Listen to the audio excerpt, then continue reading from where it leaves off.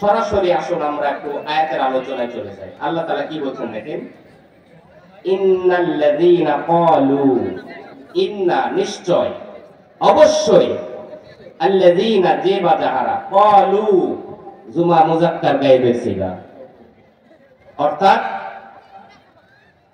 ইসবাত feel মাজি মারুফ এর বাহাস থেকে সিগাটি জুমা মুযাক্কার গায়েবের সিগা ব্যবহার করা হয়েছে, অতীতকালীন অর্থ বোঝাবে। বলেছিল ক্বালু, বলেছিল রব্বুনাল্লাহ, আল্লাহ আমাদের রব।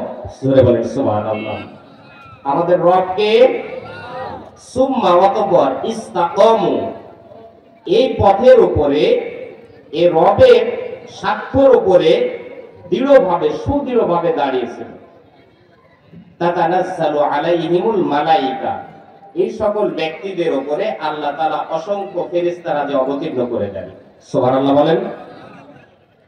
ফেরেশতারা যে অবতীর্ণ হওয়ার পরে বলতে থাকেন, আল্লাহ তাখাফু, তোমাদের কোনো ভয় নেই, ওয়ালা তাহজানু, তোমাদের কোনো চিন্তাও নেই, ওয়া আবশিরু বিল জান্নাহ, আর সুসংবাদ গ্রহণ করো ওই জান্নাতের কুনতুম তুআদুন, যার ওয়াদা তোমাদের সামনে করা হয়েছিল। জোরে বলেন সুবহানাল্লাহ। তাহলে আমরা পৃথিবীর বুকে এখন আছি, একদিন থাকবো না। পরকালে